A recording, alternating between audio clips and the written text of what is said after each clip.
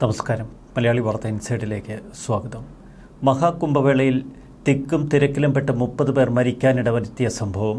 ഈ സംഭവം കൃത്രിമമായി സൃഷ്ടിക്കപ്പെട്ടതാണ് എന്നതിൻ്റെ കൂടുതൽ തെളിവുകൾ പുറത്തുവരുന്നു.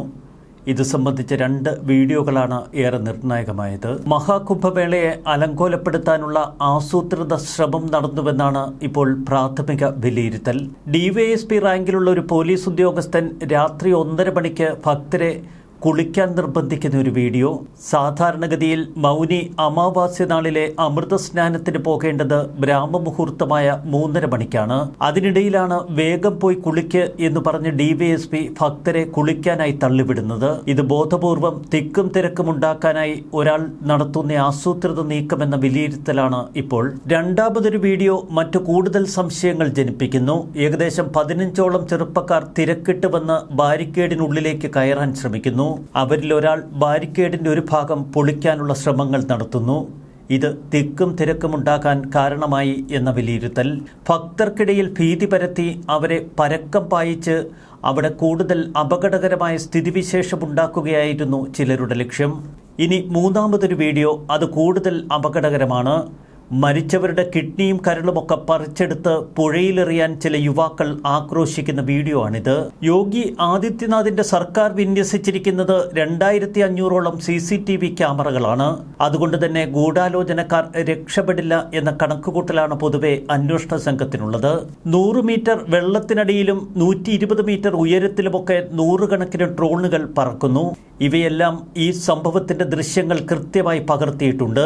അതുകൊണ്ട് തന്നെ നിരീക്ഷണ കണ്ണുകളിൽ നിന്നും രക്ഷപ്പെടുക ഗൂഢാലോചനക്കാർക്ക് എളുപ്പമല്ല എന്ന കണക്കുകൂട്ടൽ അവരെ ഭയപ്പെടുത്തിയിരിക്കുന്നു. ഏകദേശം 16,000ഓളം മൊബൈൽ ഫോണുകൾ കേന്ദ്രീകരിച്ചാണ് മറ്റൊരു വശത്ത് അന്വേഷണം നടക്കുന്നത്. ഈ 16,000 മൊബൈൽ ഫോണുകളും ഇപ്പോൾ സ്വിച്ച് ഓഫ് ചെയ്ത നിലയിൽ. ഭക്തരെ നിരീക്ഷിക്കാനായി ഇന്റൽ ടവേഴ്സും എയർടെല്ലും ചേർന്ന് ഉയർത്തിയ 352 BTS ടവറുകളും 78 സെൽ ഓൺ വീൽസ് ടവറുകളും 150 ഔട്ട്ഡോർ സ്മോൾ സെൽ സൊല്യൂഷനുകളുമുണ്ട്. പ്രയാഗ്രാജിലെത്തിയ മൊബൈൽ ഫോണുകളൊക്കെ കണ്ടെത്താൻ ഈ സംവിധാനങ്ങൾക്ക് കഴിയും. നിരവധി ദൃക്സാക്ഷിമൊഴികളും പോലീസിന് ലഭിച്ചിട്ടുണ്ട്. അതിലൊന്ന് ചെങ്കൊടി പിടിച്ചേതാനും യുവാക്കൾ വന്ന് തിക്കും തിരക്കുമുണ്ടാക്കി എന്ന ഗുരുതരമായ വെളിപ്പെടുത്തൽ. ആരാണ് ചെങ്കൊടി പിടിച്ച യുവാക്കൾ? നക്സലൈറ്റുകളാണോ അതോ കമ്മ്യൂണിസ്റ്റുകാരെന്ന തെറ്റിദ്ധാരണയുണ്ടാക്കാൻ മറ്റു ചിലർ നടത്തിയ ഗൂഢശ്രമത്തിന്റെ ഭാഗമാണോ? തിക്കും തിരക്കുമൊക്കെ പെട്ടെന്നുണ്ടാക്കി 30ഓളം പേർ മരണപ്പെട്ടതിന് തൊട്ടു പിന്നാലെ 16,000ഓളം മൊബൈൽ ഫോണുകൾ സംശയാസ്പദമായ രീതിയിൽ സ്വിച്ച് ഓഫായി. അപകടം നടന്ന മൗനി അമാവാസ്യ ദിനമായ ജനുവരി 29-ന് പ്രയാഗ്രാജിലെ ടവറുകളിൽ സജീവമായിരുന്ന മൊബൈൽ ഫോണുകളായിരുന്നു ഇവയൊക്കെ. ഈ മൊബൈലുകളുടെ ഡേറ്റ വിശകലനം നടത്തി വരികയാണ് എന്ന് പോലീസ് പറയുന്നു. ശേഖരിച്ച CCTV ദൃശ്യങ്ങളും ഡ്രോൺ ദൃശ്യങ്ങളുമൊക്കെ കൃത്യമായി ഗൂഢാലോചനക്കാരിലേക്ക് മിഴി തുറക്കുന്നത് തന്നെയാണ്. പഴയ UP പോലീസ് ഒന്നുമല്ല ഇപ്പോൾ അവിടെ കേസ് അന്വേഷിക്കുന്നത്. കുറ്റകൃത്യങ്ങൾ കണ്ടെത്താൻ ആധുനിക സാങ്കേതിക വിദ്യകൾ അവരുടെ പക്കലുണ്ട്.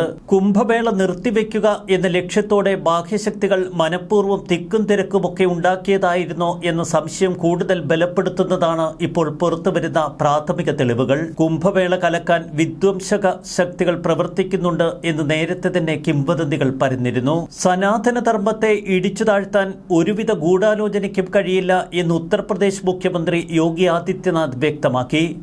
ഗൂഢാലോചനക്കാരെയും ഈ ദുരന്തമുണ്ടാക്കിയ ആസൂത്രകരെയുമൊക്കെ നിയമത്തിന് മുന്നിൽ കൊണ്ടുവരും. കുംഭമേള നടക്കുന്ന സ്ഥലങ്ങളിലും പരിസരങ്ങളിലുമൊക്കെ സംശയാസ്പദമായ രീതിയിൽ കണ്ടെത്തുന്നവരെയും അജ്ഞാതരെയും ഒക്കെ നിരീക്ഷിക്കാൻ ഉന്നത പോലീസ് ഉദ്യോഗസ്ഥർക്ക് യോഗി നിർദ്ദേശം നൽകി. അപകടത്തിന്റെ പശ്ചാത്തലത്തിൽ കുംഭമേളയ്ക്കുള്ള സുരക്ഷ കൂടുതൽ ശക്തമാക്കിയെന്ന് യോഗി അറിയിച്ചു. പാർക്കിങ്ങിനുള്ള സ്ഥലം പരമാവധി വർദ്ധിപ്പിച്ചു. ഭക്തർക്ക് പ്രശ്നങ്ങളില്ലാതെ കടന്നുപോകാനുള്ള സൗകര്യങ്ങൾ ഒരുക്കാനും നിർദ്ദേശം നൽകി. പ്രധാന സ്ഥലങ്ങളിലെ ഗതാഗതം നിയന്ത്രിക്കാൻ പോലീസുകാരടക്കം നിരവധി വോളണ്ടിയർമാരെ അണിനിരത്തി. പുണ്യസ്നാനത്തിനും മറ്റും തീർത്ഥാടകർ ഒത്തുകൂടുന്ന സ്ഥലങ്ങളിൽ മികച്ച രീതിയിൽ പ്രകാശം ലഭിക്കുന്നതിനുള്ള സംവിധാനങ്ങൾ ഏർപ്പെടുത്തിയെന്നും യോഗി പറഞ്ഞു. റോഡുകൾ കൈവശപ്പെടുത്തുന്ന തെരുവ് കച്ചവടക്കാർക്കെതിരെ നിയമ നടപടികൾ സ്വീകരിക്കും. കഴിഞ്ഞയാഴ്ചയായിരുന്നു രാജ്യത്തെ നടുക്കി കുംഭമേളയ്ക്കിടെ വലിയ ദുരന്തമുണ്ടായത്. 30 പേർ മരിച്ചുവെന്നാണ് ഔദ്യോഗിക സ്ഥിരീകരണം. വൻ ജനക്കൂട്ടത്തെ നിയന്ത്രിക്കുന്നതിലുണ്ടായ വീഴ്ചയാണ് ദുരന്തത്തിന് കാരണമായത് എന്ന് പ്രതിപക്ഷം പാർലമെന്റിൽ ആരോപണം ഉന്നയിച്ചു. മഹാകുംഭമേളയിൽ തിക്കും തിരക്കിലും പെട്ട് 30 പേർ മരിച്ച സംഭവത്തിൽ ഉത്തർപ്രദേശ് ഭരണകൂടത്തിനെതിരെ നടപടിയെടുക്കണമെന്നാവശ്യപ്പെട്ട് സമർപ്പിച്ച പൊതുതാൽപര്യ ഹർജി സുപ്രീം കോടതി നിരാകരിച്ചു. കുംഭമേളയിൽ നടന്ന ദുരന്തം തീർത്തും നിർഭാഗ്യകരമാണ് എന്ന് ചൂണ്ടിക്കാട്ടിയ സുപ്രീം കോടതി ഹർജിക്കാരനോട് ഹൈക്കോടതിയെ സമീപിക്കാൻ ആവശ്യപ്പെടുകയായിരുന്നു. UPയെ പ്രതിനിധീകരിച്ച് മുതിർന്ന അഭിഭാഷകൻ മുകുൾ റോത്തഗിയായിരുന്നു സുപ്രീം കോടതിയിൽ ഹാജരായത്. കുംഭമേള ദുരന്തത്തിൽ ജുഡീഷ്യൽ അന്വേഷണം നടക്കുന്നുവെന്ന് സുപ്രീം കോടതി അഭിഭാഷകൻ അറിയിച്ചു. വിരമിച്ച ജഡ്ജി ഹർഷകുമാർ നയിക്കുന്ന 3 അംഗ സമിതിയാണ് നിലവിൽ കുംഭമേള ദുരന്തം അന്വേഷിക്കുന്നത്. മഹാകുംഭമേളയിലുണ്ടായ ദുരന്തവും തീർത്ഥാടകരെ ബാധിച്ചില്ല എന്നതാണ് കണക്കുകൾ സൂചിപ്പിക്കുന്നത്. ബസന്ത് പഞ്ചമി ദിനമായ ഇക്കഴിഞ്ഞ ദിവസം ഉത്തർപ്രദേശ് പ്രയാഗ്രാജിലെ കുംഭമേളയ്ക്ക് ത്രിവേണി സംഗമത്തിൽ സ്നാനം ചെയ്തത് ഏകദേശം 1,70,00,000 ഭക്തജനങ്ങൾ. ഇതുവരെ 35 കോടി തീർത്ഥാടകരാണ് മഹാകുംഭമേളയ്ക്കെത്തിയത്. ഇപ്പോഴത്തെ കണക്കുകൾ അനുസരിച്ച് വിലയിരുത്തുമ്പോൾ 50 കോടിയിൽ പരം ജനം കുംഭമേളയ്ക്കെത്തുമെന്ന് യോഗി ഭരണകൂടം പറയുന്നു. തങ്ങളുടെ കണക്കുകൂട്ടലിനും അപ്പുറത്താണ് ഈ കണക്ക്. 40 കോടി മുതൽ 45 കോടി വരെ തീർത്ഥാടകരെത്തുമെന്നായിരുന്നു പ്രാഥമിക വിലയിരുത്തൽ. എന്നാൽ തീർത്ഥാടകരുടെ എണ്ണം 50 കോടിയിൽ പരമായിരിക്കുമെന്ന് ഏറ്റവും ഒടുവിൽ അവർ വിലയിരുത്തുന്നു. ഇന്നലെ തീർത്ഥാടകർക്ക് മേൽ ഹെലികോപ്റ്ററുകളിൽ റോസാദളങ്ങൾ വർഷിച്ചു. ജനുവരി 13-നായിരുന്നു മഹാകുംഭമേള ആരംഭിച്ചത്. ഇതുവരെ മഹാകുംഭമേളയ്ക്ക് എത്തിയവരുടെ എണ്ണം ലോകരാജ്യങ്ങളെ അത്ഭുതപ്പെടുത്തുന്നു. 35 കോടി ജനങ്ങൾ ഒരു മേഖലയിലേക്ക് മഹാകുംഭമേളയ്ക്കായി ഒരുമിച്ച് കൂടുന്ന കാഴ്ച. ത്രിവേണി സംഗമത്തിലേക്ക് ബസന്ത് പഞ്ചമി ദിനത്തിലും ഭക്തരുടെ ഒഴുക്ക് തുടരുകയായിരുന്നു. ഋഷിമാർ, സന്യാസിമാർ, ഭക്തർ, കൽപ്പവാസികൾ, തീർത്ഥാടകർ തുടങ്ങിയവർ രാവിലെ 8 മണി വരെ ബസന്ത് പഞ്ചമി ദിനത്തിലെ ശുഭമുഹൂർത്തത്തിൽ അമൃത സ്നാനത്തിനെത്തി. ത്രിവേണി സംഗമത്തിൽ അമൃത സ്നാനത്തിന് ഒത്തുകൂടിയവർക്ക് മേൽ UP സർക്കാർ പുഷ്പവൃഷ്ടി നടത്തി. മഹാകുംഭമേളയ്ക്ക് പരിസമാപ്തി കുറിക്കാൻ ഇനി 23 നാളുകൾ ബാക്കി. മൗനി അമാവാസി നാളിലാണ് ഏറ്റവും കൂടുതൽ ആളുകൾ പങ്കെടുത്തത്.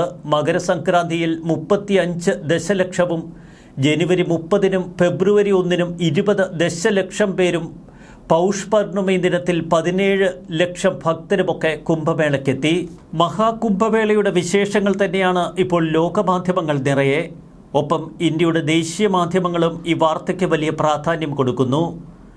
കേരളത്തിലെ മാധ്യമങ്ങൾ എന്തുകൊണ്ട് മഹാകുംഭമേളയുടെ വാർത്തകൾ വളരെ വിശദമായി കൊടുക്കുന്നില്ല എന്ന സംശയം മാത്രമാണ് നമുക്ക് ബാക്കി. ന്യൂസ് ഡെസ്ക് മലയാളി വാർത്ത ഇൻസൈഡ്.